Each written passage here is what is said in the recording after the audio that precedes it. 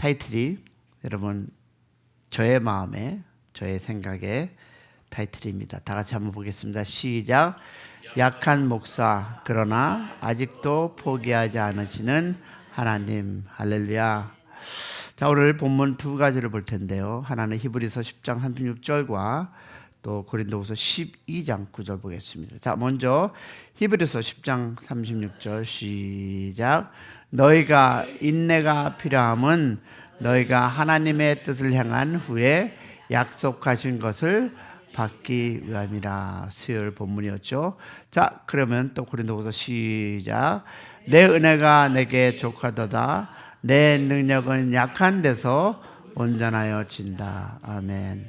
이 말씀을 가지고 오늘은 약한 목사 그러나 포기하지 않는 하나님이라는 제목으로 저의 이야기를 여러분과 한번 나눠보기 원합니다. 사랑하는 성도 여러분, 오늘 이 자리에 선 저는 평소와는 조금 다른 생각 그리고 모습이라고 여러분에게 나눠보고 싶습니다. 여러분도 알다시피 저는 여러분이 생각하는 강한 목사로 서 있는 것이 아니라 연약한 한 사람으로 여러분 앞에 서서 이야기를 나눠보기를 원합니다. 여러분들 다 아시는 이야기죠. 이틀 전 건강검진을 갔는데 의사님께서 이렇게 말합니다. 심장 박동이 정상이 아닙니다. 그리고 2주 동안 계속 체크해야 합니다. 그리고 심장 박동을 기록하는 기계를 몸에 부착하자는 오더를 받았고, 그래서 여러분들 알다시피 지금 제 몸에는 24시간 심장을 기록하는 기계가 붙어 있습니다. 설교하는 이 순간에도 제 심장은 계속 기록되고 있고요. 또 오늘 또 병원을 방문합니다. 자, 이 말은 여러분에게 동정을 바라기 위함이 아니라 지금의 제가 그만큼 약하다 또는 약해졌다라는 솔직한 고백입니다. 여러분, 처음 이 사역을 우리가 교회를 시작할 때 6명 그리고 새벽 예배 시작할 때 우리는 2명이 아니라 3사람으로 예배를 드렸습니다. 그동안에 갈등도 있었고 상처도 있었고 떠남의 아픔도 계속되었습니다. 근데 우리는 예배를 멈추지 않았습니다. 말씀도 멈추지 않았습니다. 기도도 멈추지 않았습니다. 지금은 여러분들이 넘는 이 교회 그리고 여러분이 기둥이 돼서 함께 예배하고 있습니다. 여러분, 숫자가 대단한 것은 아닙니다. 그러나 그 변화는 단순한 증거가 아니라 여러분의 수요 예배에 들은 말씀처럼 인내한 믿음의 열매를 믿으시기를 소망합니다. 어떤 분들은 혹 우리가 알렉스 목사님에게 조금의 힌트를 주어서 그분이 그런 말씀을 하셨다 하는 분들도 계십니다. 그러나 절대 아님을 여러분의 이 시간에게 알려드리기 원합니다. 여러분, 하나님은 인내하는 공동체를 결코 버리지 않는다. 믿으시면 아멘. 성도 여러분, 그러나 우리는 지난 시간 동안 많은 분들을 떠나보냈습니다. 물갈이가 필요하다라는 분들도 계십니다. 저도 거기에는 동의하는 사람 중에 한 사람입니다. 그러나 떠난 이유를 하나하나 따지고 누가 잘못했느냐를 가리기 시작하면 끝이 없습니다. 그리고 저는 이 시간에 누군가를 또 탓하고 싶은 마음도 없습니다. 또 책임을 서로에게 돌리고 싶지도 않습니다. 왜? 그 이유는 부족한 리더십입니다. 다만 결과는 그렇게 되었습니다. 그러나 그런 가운데 제 마음속에는 이런 생각이, 감정이 생깁니다. 누군가가 교회를 떠나겠다는 그 말을 들으면 마치 제 몸의 한 일부분이 뜯겨나가는 것 같은 고통이 있습니다. 여러분, 이것은 목사의 과장이 아닙니다. 정말로 저의 심장 같은 깊은 곳에서 느끼는 진짜의 아픔입니다. 떠나는 사람만 아픈 줄 알았습니다. 그러나 남아있는 사람, 특히 목사에게는 그 아픔이 조금 더 길게 조금 더 깊게, 조금 더 날카롭게 남는다는 것입니다. 그래서 저는 믿습니다.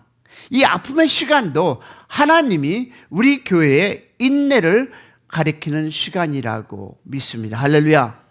그러면 저는 말씀을 연구하면서 에레미야를 보았습니다. 주님 앞에서 울었던 한 사람, 백성을 사랑했지만 백성은 떠났던 시대, 말씀은 전했지만 아무도 듣지 않았던 시대, 그 사람이 바로 에레미야였습니다. 에레미야는 눈물의 선지자였고, 왜냐하면 자신의 말을 듣지 않고 떠나는 백성들을 매일 바라보아야 했기 때문입니다. 그는 이렇게 고백하더라고요. 에레미야 15장 18절을 보니까 내 상처가 아프고 고치기 어려우니 내 마음이 병들었나이다. 에레미야에게 가장 아픈 것은 육체의 병이 아니라 마음의 병이었습니다. 살아가는 백성이 하나님을 떠나고 공동체가 무너지고 백성이 흩어지는 모습을 지켜봐야 했기 때문입니다. 목사인 저도 이제야 그 마음을 조금 알 것 같습니다.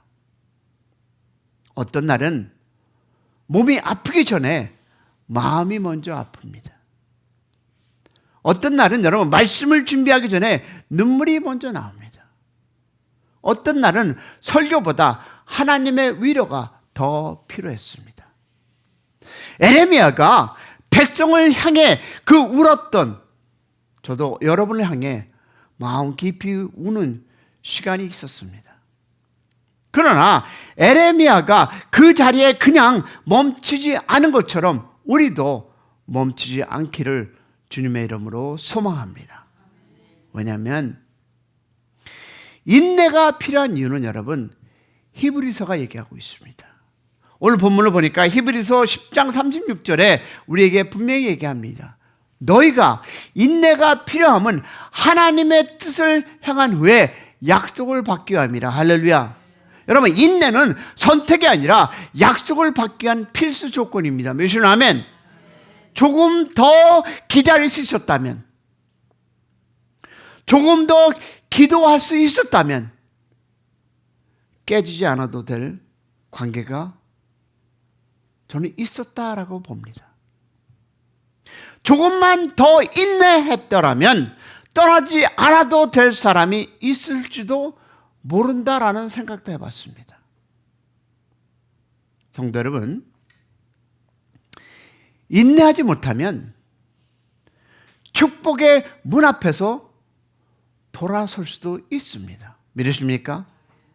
여러분도 알다시피 인내로 승리한 사람들이 너무 많이 있습니다. 짧고 그러나 분명하게 여러분 성경은 인내한 사람들의 이야기로 가득 차 있습니다. 다 아시는 이야기 한번 해볼까요? 아브라함은 25년을 기다려 이삭을 얻었고, 이삭은 다투지 않고 양보하며 인내했을 때 100배의 복을 경험했습니다. 야곱은 20년을 인내해서 종처럼 살았지만 하나님의 그를 번성케 하셨습니다. 요셉은 노예와 이 감옥의 시간을 13년 동안 인내하며 하나님의 때를 기다렸고 애굽의 총리가 되었음을 우리는 다 아는 사실입니다. 모세는 어떻습니까? 광야에서 40년의 그동안 인내하여 하나님을 배웠고 수백만 명을 이끄는 지도자가 되었습니다. 다윗은 15년이나 사울에게 쫓기며 인내했습니다. 스스로 해결하려 들지 않았고 하나님께 맡겼을 때 하나님께서 그를 통일 왕국의 왕으로 세웠습니다. 바울도 욥도 이 모든 사람들의 이 승리 뒤에는 반드시 무엇이 있었습니까? 인내가 있었음을 믿는 여러분 되기를 소망합니다.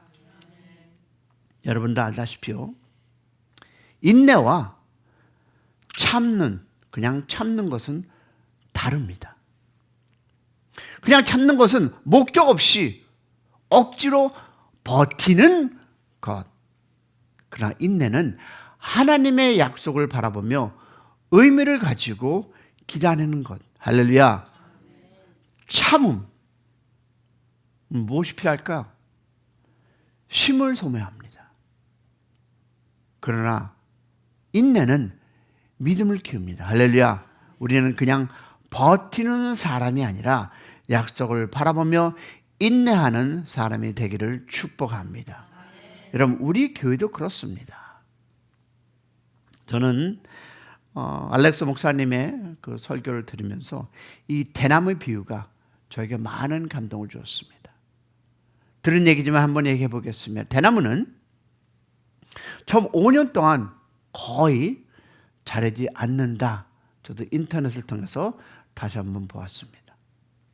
눈에 보이는 변화는 거의 없습니다.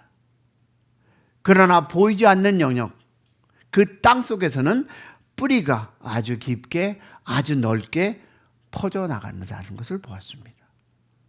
그리고 여러분 들었듯이 그리고 5년이 지나면 불과 몇 달 사이에 수십 미터로 쑥 자라버린다라는 얘기도 들었지만 또 읽어보았습니다. 사랑하는 성도 여러분, 저는 지금 우리 교회가 그런 시기라고 믿습니다. 할렐루야.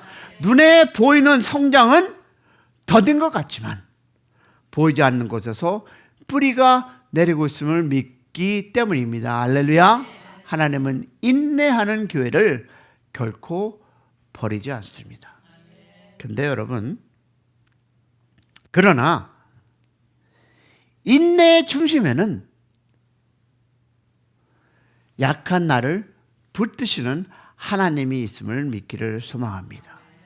인내하자, 조금만 더 버티자, 힘내자, 이 말만 하면 또다시 우리가 힘으로 버티는 사람이 됩니다. 그래서 오늘 두 번째 본문의 약속을 꼭 필요합니다. 그것이 바로 하나님 말씀인데요.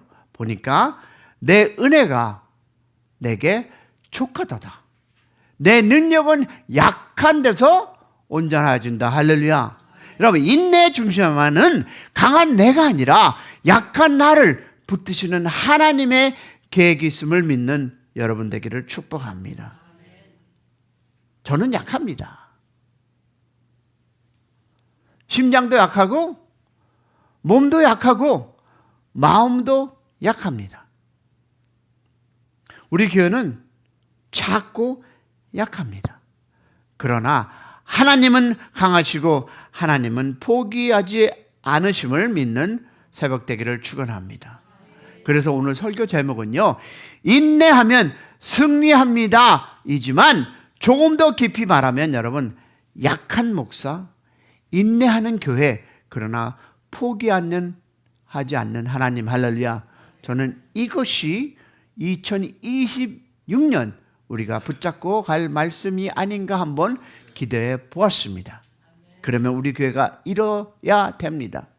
첫 번째 보니까 비판이 아니라 인내로 세워가는 우리. 할렐루야. 아주 중요한 이야기를 드리고 싶습니다. 저는 오늘 목사님을 도와주세요 이 말을 하는 건 아닙니다. 저는 오늘 우리 모두가 함께 이 계율을 지키는 사람이 되자. 할렐루야. 이 말씀을 하고자 오늘 설명했습니다. 교회는 누군가를 비판하는 말이 로는 세워지지 않습니다. 아멘이십니까? 누군가의 실수를 들춰내는 손가락으로 잘하지 않습니다. 누구의 탓을 묻는 자리에 머물러 있으면 앞으로 나아갈 수 없습니다. 이러십니까? 교회는 우리가 서로 향해 비판을 내려놓을 때 비로소 어떻게? 성장하기 때문입니다. 들으셨습니까? 교회는 우리가 서로를 향한 비판을 내려놓을 때 비로소 성장하기 시작함을 믿는 여러분의 새벽 되기를 소망합니다. 교회는 한 사람의 잘못보다 한 사람의 용서가 더 큰 능력을 갖습니다. 할렐루야. 누가 옳은가 보다 누가 사랑하느냐가 더 중요합니다. 믿으시면 아멘. 그러므로 저는 오늘 우리에게 모두에게 조용히 권면합니다. 비판하는 우리가 아니라 품는 우리가 되기를 축원합니다. 상처 주는 말은 사람이 아니라 상처를 씻어주는 말의 사람이 되기를 축복합니다. 넘어진 사람을 옳고 그름을 말하기보다 그 손을 붙잡아주는 일을 하는 교회가 되기를 축원합니다. 이것이 우리 교회를 세우는 인내의 삶을 믿는 여러분이 되기를 소망합니다. 저는 우리의 마음을 모아 기도할 텐데요. 주님, 우리는 약합니다. 그러나 주님은 강하십니다. 할렐루야. 우리의 말 속에서 판단을 지어주시고 우리의 마음속에서 비난을 제거해 주시고 우리 공동체 속에서 용서와 사랑 그리고 인내를 자라게 하옵소서. 우리를 상처 주는 교회가 아니라 상처를 싸매는 교회가 되게 하시고 흩어지는 공동체가 아니라 붙드는 공동체가 되게 해 주시옵시고 누구를 탓하는 사람이 아니라 세우는 공동체, 그런 공동체가 되기를 우리가 한번 크게 하나님 앞에 부르짖으며 나아가는 여러분 되기를 소망합니다.